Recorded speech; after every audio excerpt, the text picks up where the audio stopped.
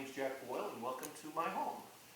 We have some important things to talk about tonight, and I'm really excited, so let's just get started. I'm here with my very, very best friend, Laverne Jones-Gore. And Laverne, you and I, just about exactly 2 years ago, started doing a radio show. We had an anniversary. Right. Last week. Right. Yeah, we didn't do anything for it, but we had an anniversary. We observed it. Right? I observed it, yes. Called Red, White, Black, Blue. And in this program, we have explored lots of things with a focus on our local community. Now, we've revealed good and bad. We've talked to lots of different people. Sure. And it's been a real lot of fun. I think, for me, it's been eye-opening and, I guess enlightening.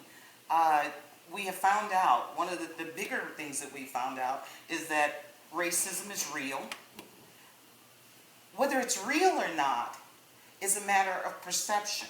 And I think we found that out because we have callers that call in and say, no, it's not real. And then we have callers that say, yes, it is real. So I think the controversy got us started into a situation where we're trying to say, okay, it's a problem. It's a problem. So I think part of what I've learned in this couple of year collaboration of ours is that I don't know how to describe it exactly, but it's an issue. Race is an issue. People recognize it and they realize it, and we're silly to pretend that it isn't. By the same token, we're silly to pretend that it's the overwhelming determinant of the way a person's going to be. We figured that out. And many of the members in our audience, and we've got some great people here, don't we look good? Yes. We never get to have an audience, so we want to just say thank you all for coming, right? We want to say thank you. I think what's more important is we're getting ready to decide the fate of a country, the fate of a nation. The United States of America is getting ready to be decided. Who rules it? Who runs it? Who controls it? Who identifies it? Because of race. Isn't that amazing? I mean, are you amazed like I am? Because Tuesday we'd be on this radio and we'd be amazed. But right now, I am amazed that we are getting ready to decide the fate of a nation based on race. And what we found over these 2 years is that there are all kinds of issues and all kinds of people that really are going to make a difference for the country. And I think as we've explored that, we've realized that a lot of the things that people talk about just are not material to the point of being crazy almost. And I have sensed sort of a coming together, if you will, of people who, not so much with regard to their economic circumstances or their race or their religion or whatever, there are people who simply identify as Americans and who get up every day and go to work and worry about educating their children and want to have some recreation once in a while, whatever. And the trouble is we do this in a context where people want to make everything be about race and about climate change and about some of these crazy things. It's climate change. It's immigration. It's the wall. It's the president tweeting. When you think about it, the only thing that hasn't been discussed is the recycling bin in front of my house. That they make us put things in different but it's only piles. Tuesday. It's only on Tuesday. It could happen. I think the biggest issue for me is the fact that Americans have been so divided, and I think it's time as a nation that we come back together. Because if we don't, you see, this isn't that kind of a country that you just go fight for, that you protest for. This is the kind of country that you die for. This is that great. That's right. This is the greatest nation in the whole world. And I think you and I have found that out, and we've been telling people that because I think they forgot. Well, both of us have done some traveling internationally and spent some time abroad. Yes. And I think that has let both of us realize that as Americans, we have a heck of a lot more in common. Yes. When we go to whatever country, no matter what it is, we're an American. I can go to Ireland, I'm an American. Exactly.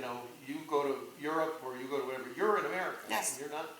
And that's the beauty of this. But the thing is, what we have here in America, And sometimes, when I'm talking to Jen and she's looking at me like I'm so excited.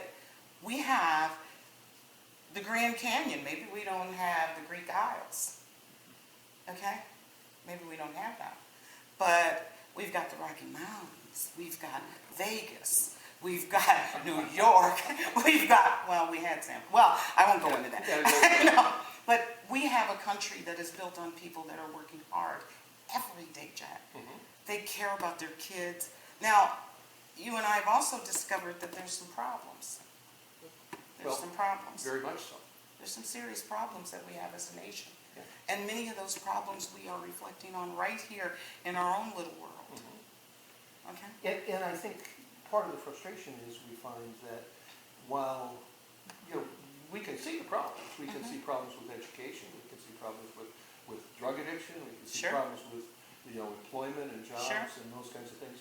A lot of times what we get from the people who ostensibly are supposed to be leading us and helping us are focused on extraneous issues like racism or like, things, or climate change or the wall or tweeting or whatever, and not really paying attention to the actual things that affect our daily lives. Well, I think in part what we have to look at is they don't want us to focus on anything that's important, because then that would make sure that our leadership had to be responsible. I think the good part about this country, and I know, oh my God, we don't have anybody calling us, so I can say whatever I want.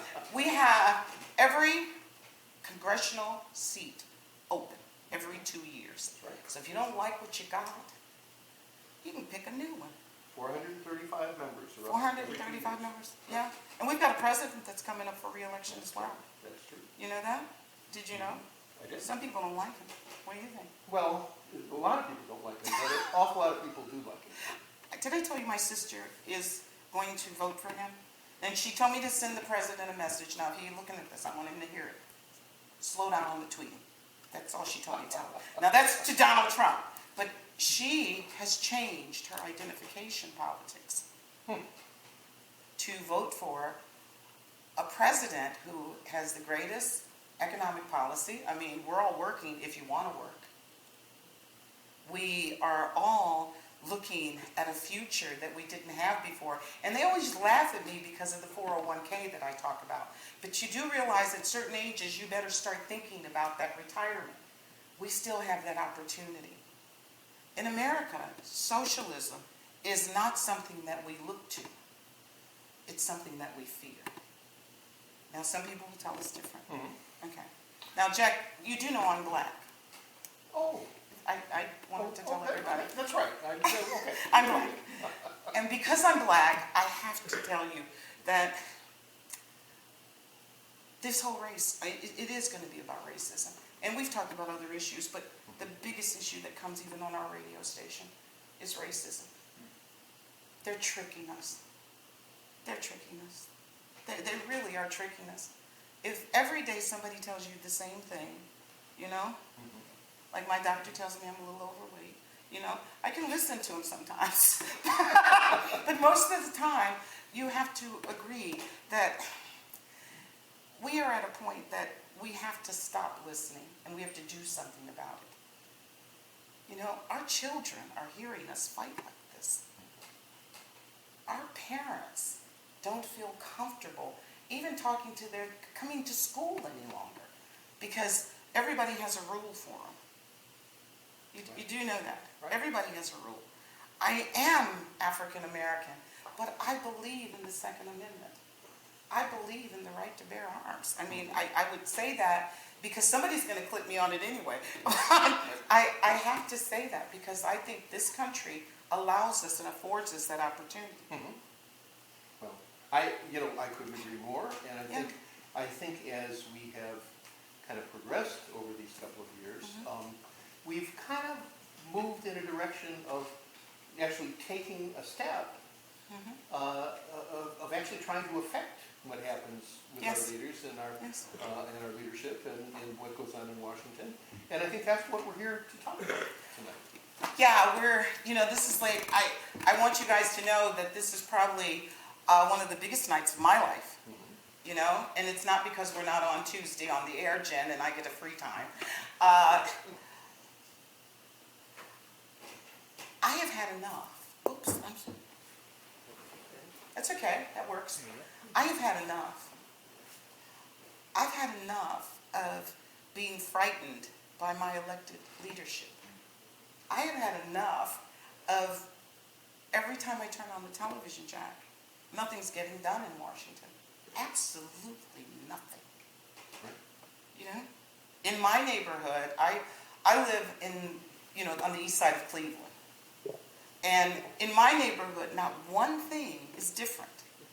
Not one thing is different. The schools are horrible. Healthcare. Okay, you ever try to go to a clinic, a community-based clinic?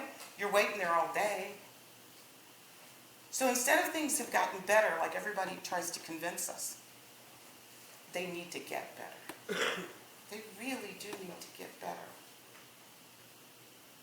In the district, the 11th district, which I'm trying to represent, or hopefully one day I will represent, we have one of the highest illiteracy rates in the nation. Our children can't read. The trouble is their parents can't read either, which makes it hard to hold a job. It does. Or all of the jobs that are open, Right. you can't go get them. You can't go get those jobs. But somebody was at my house the other day, and you know who they blamed for all of this? And they said they blamed the people that are between 60 and 70 years old. Because they said that even though we had a good life from our parents, we didn't afford everybody else that opportunity. We were selfish. I don't believe that. You know what I think happened? I think we tried to give away too much. The government started trying to be the parent. And once that happened, then everybody thought they could take a break. They could take a break from being responsible. They could take a break from being accountable. They could take a break from everything. As a congressional candidate, my objective is to not take any more breaks. Not take any more breaks and not be concerned about what's happening out in Euclid. There are things happening out in Euclid that should be addressed. You've got some problems out there. That's in the 11th district. I want to know what's going on in Cleveland Heights. It's very nice out there, and it's a city of trees. But let's talk about the school systems. Let's talk about what's happening to your child, what's happening with health care. The inner city of Cleveland. You know what your problems are. And you have to understand, when do you get to see an elected representative other than the fact that every 2 years you get a parade and you get a picnic? But nothing happens as far as your community safety is concerned. Nothing happens as far as your infrastructure is concerned. Nothing happens with your community college. Are we educating these people and making it affordable for them? Is that happening?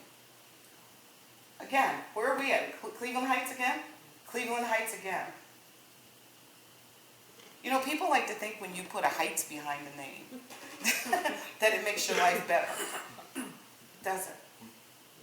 Kathy, you were on our show. Do you remember, Jack, when Kathy was on our show? I do. I enjoyed that. Did you? I did. Yeah, one of the things that I learned is that here's where racism doesn't make sense. Because while you were on my show, I've got this big tattoo all over my body that the Lord gave me, and I'm proud of it. But you don't have a tattoo, and you had the same problems I have. Exactly. And when we talked to your daughter, and Yeah. some of the issues that she was facing, and Yes. education and with her kids, and with Safety, Yeah. same issues. Yes. Same issues. Mhm. You want your child to be, we have, in the city of Cleveland, Marvetta, Yes. we have 164 women that are missing. Only Where'd they go? wow. And who's looking for them? Nobody's looking for them. I'm sorry. We talked about human trafficking. That's happening in Cleveland Heights, isn't it? What about Solon? Anybody missing in Solon? happening everywhere. We have the highest, Okay. probably nationally, we have the Okay. highest rate Probably. of trafficking. Wow. Nationally, we have the highest rate of trafficking, nationally. And your educational system, how do you rate? Horribly. Okay. When I went to Cleveland Public School, Jack, I'm going to tell you, we were 25th in the nation. We were 25th in the nation. Now, don't think that happened 100 years ago. Come on. I wasn't gonna have that. Okay, I was going to say, Jack, don't go there. But we were 25th in the nation. What happened? We stopped caring. We stopped holding people accountable. As a congressional candidate, as a congresswoman, I assure you, that will not continue. Because I've learned one thing from watching these folks, Jack. The squad, they got names for everybody, you know. They're trying to impeach a president because he stopped at a gas station or something on a plane. You know, come on, this is ridiculous. We have to hold our nation's leadership accountable. And if you can have Ocasio-Cortez get up there and start all of this nonsense about nonsense, certainly anybody up there yelling about something that makes sense will get the right attention. I assure you, I want to go to Congress because I want it to make sense. I want our country to make sense again. Because it's not. It's not making sense. It's not making sense for your children's future, Jim. It's not. Socialism doesn't work. You and your husband have adopted children, haven't you? So you're taking on children. From third world countries. Third world countries. So America's doing its part, huh? Wouldn't you say that? I think so. We're Through doing its part. adoption, yeah. Adoption. Okay? And let me tell you one other thing. Everybody that can work should be working. Now, we need to get that clear. Everybody that can work should be working. Now, does that mean that we have to get daycares and things going? Of course. Sure. Of course, because that just strengthens our nation. That strengthens our nation. I plan, this is my formal announcement amongst friends, that I will be running for Congress in the 11th District in the United States of America.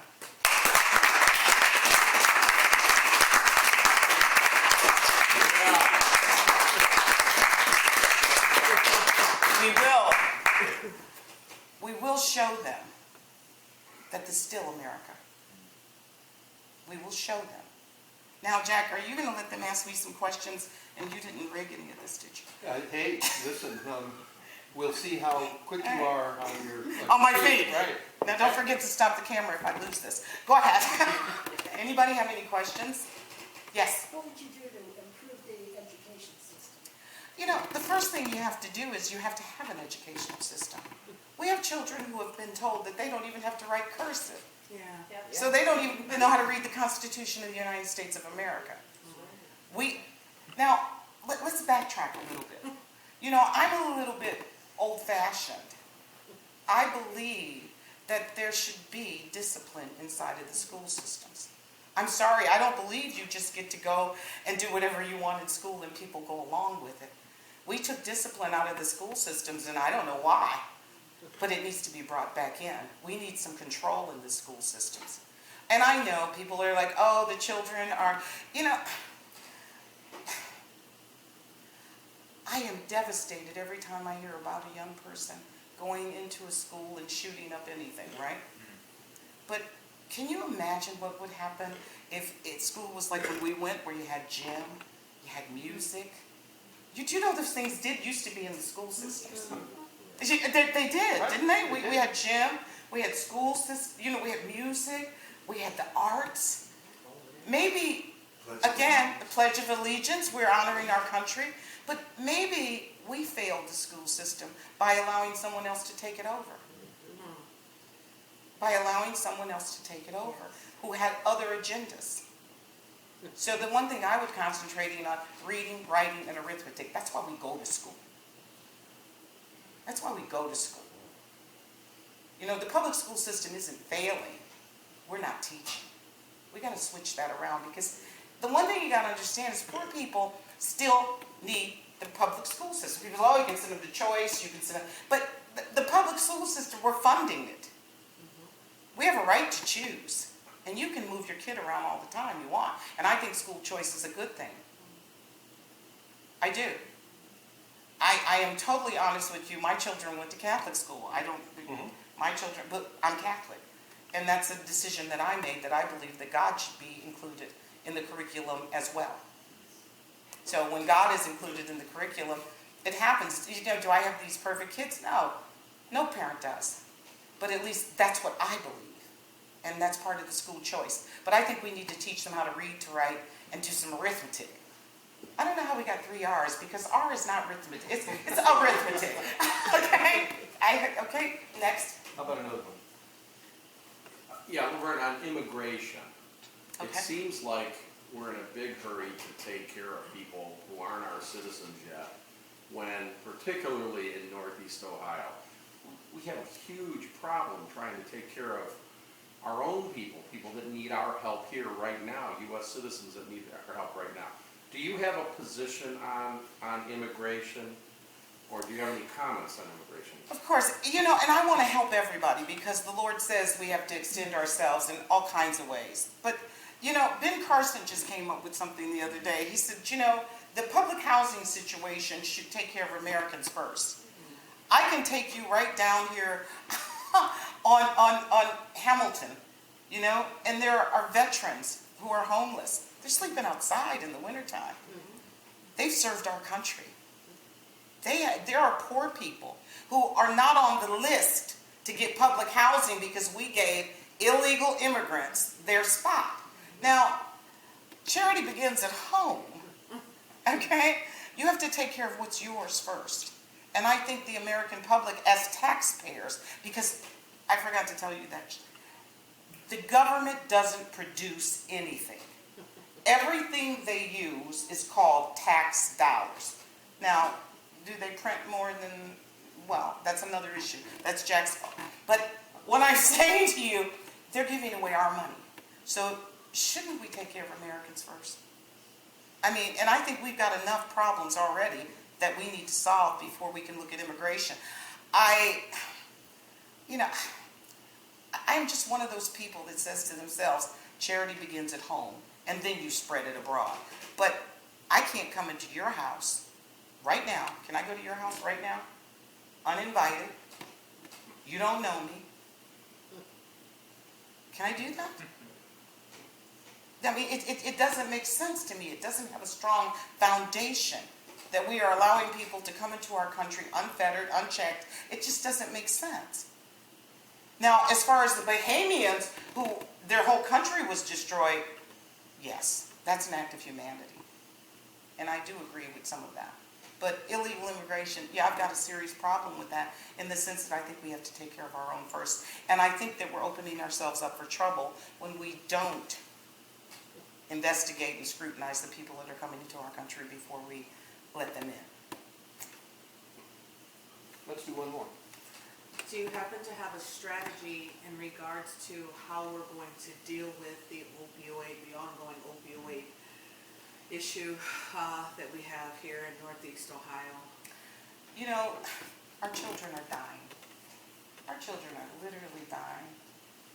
But there has to be a reason for that, you know? The opioid addiction, much like the crack addiction, okay, now remember I got this big tattoo all over my body, so I remember the crack addiction that it devastated the inner city and the African American community. Now, while we're making this statement, I have to say that had we stopped it there, but before, when it was crack, it was a crime. Crack equals crime, and you go to prison. That's because it was in the inner city, and all the people that mostly were affected had this big tattoo on their body like me. Okay? Now that we have the opioid addiction problem, which started in a lot of medicine cabinets. It started in a lot of medicine cabinets. Okay? If we had tackled the problem then, we wouldn't be here now, because we would have understood that the use of drugs is an illness. It's an addiction. Now, I can't tell anybody, what are you going to do, throw your kid away? Oh, he's addicted to heroin, throw him away. No. Let's get some help. But we should have helped the crack addiction as well. And then we probably would have been this much farther ahead, because we would have known about addiction. We would have had the infrastructure in place to handle addiction. You know? We would have. And some people are liking to say that this is karma. This is karma. But we have to, and I want you to let me follow up with that with the penal system. Because you see, we locked all these people that were crack addicted up because they were addicts. We locked them up. We put them inside of prisons. And now we're saying that, and here's where people are thinking the racism comes in. Because now we're thinking that the opioid addiction, because it's not for people like with the tattoo on their body, we don't want to lock them up, we want to get them treatment. The right thing to do would be to revisit those people that are incarcerated with the crack Well, and addiction. I think We need to revisit that. We made some real Yes. steps, though. Yes. Is it the first step or the It's the first step. first step? Mhm. President Trump Yeah, right. has done something that I know you guys all don't know about. Ex-felons can now vote. I mean, in the state of Ohio, they can vote. They can register to vote. So I'm talking to ex-felons out there who can go get voter registration cards. First of all, vote for Laverne Jones Gore for 11th District Caucus. I just want to throw that in there. But you have an opportunity to have a real voting block as ex-felons. You know, you can vote because you know things for penal reform. We see what's happening here in Cuyahoga County. We are all in Cuyahoga County. We see what's happening down there at the county jail. We see all of this, but we're not making noise. Peter Corrigan, I'm going to just put you on the spot. We had a fine candidate. You know, remember, Jack, we did. For county executive. And, you know, and we didn't have these problems, but he foretold of them. So as voters, we have to start being a little bit more diligent in who we pick and who we elect. We've had the same congresswoman for a while, okay? And we've had the same problems for a while, haven't we? Our county is in trouble. Our county's in trouble. And I'm not doing a free ad for you, Peter, but you would have made a heck of a county executive. You would have. And we now know that we made a mistake. We made a mistake. He'll go again. He'll go again. He'll go again. Do you have one more question? All right, then how about one more? Marquette? So the tie-in between the illiteracy rate, the substandard education that our children are getting, not only in Cleveland schools, but the inner-ring suburbs, they're all scoring D's and F's. And people have the audacity to feel good because they've been upgraded from an F to a D minus. But then when you correlate the very facts of Waiting for Superman and the fact that the crib to prison pipeline is intentional and it's doing a splendid job. And as you said, I've done a lot of voter registration and told people that they had the will to write and to vote. But if they can't read, and if they're coming out of these situations that all of them need to take rehabilitation out of the picture and out of the titles and so on and so forth. But along with that, even though there has been legislature that they can get jobs and whatnot, what do you plan on bringing in the line of small businesses and the redevelopment of the neighborhoods to the point where people can come home and do more than barbering and, you know, those things. And Well, the thing is, correlation to the trades as I well. think the trades, once again, we can look at ourselves. We took the trades out. When I was in school, I don't know if you remember Max Hayes. Jane Addams taught you how to be a nurse. Max Hayes taught you how to be a welder, a car mechanic. Aviation high school. Aviation high school. Yes. So we had all of these produced in the infrastructure, but once again, we allowed those to disappear. And I'm going to tell you something.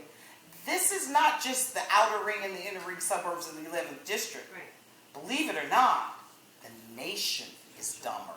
Oh, yeah. You know? Oh, yeah. And when I say dumber, I just mean we've lost something. We're not educating our children.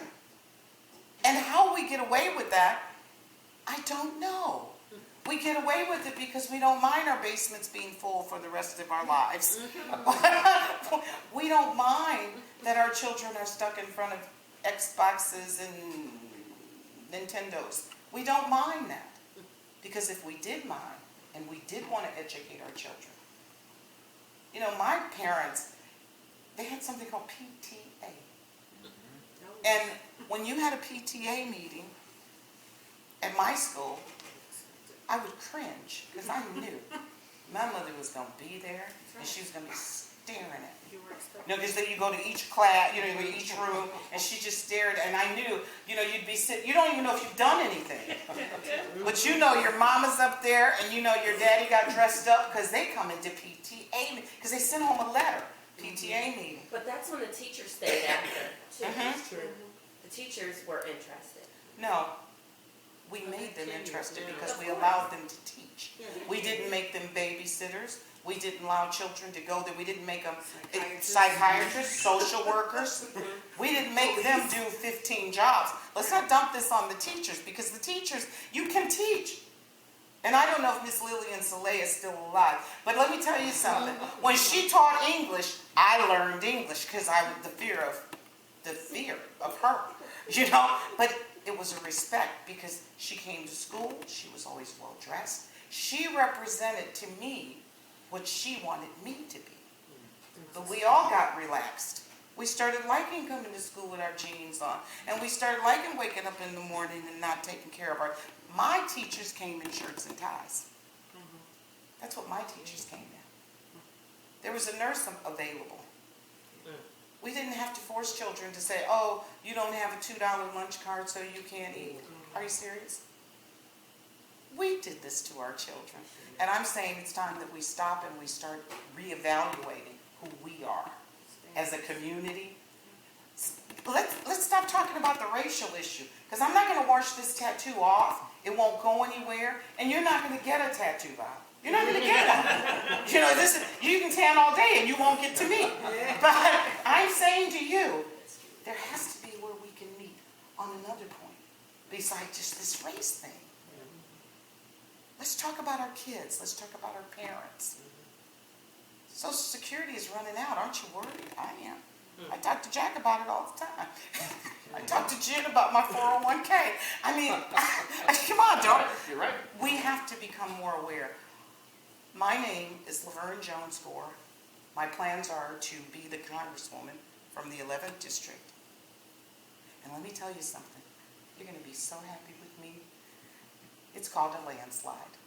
Thank you all for coming.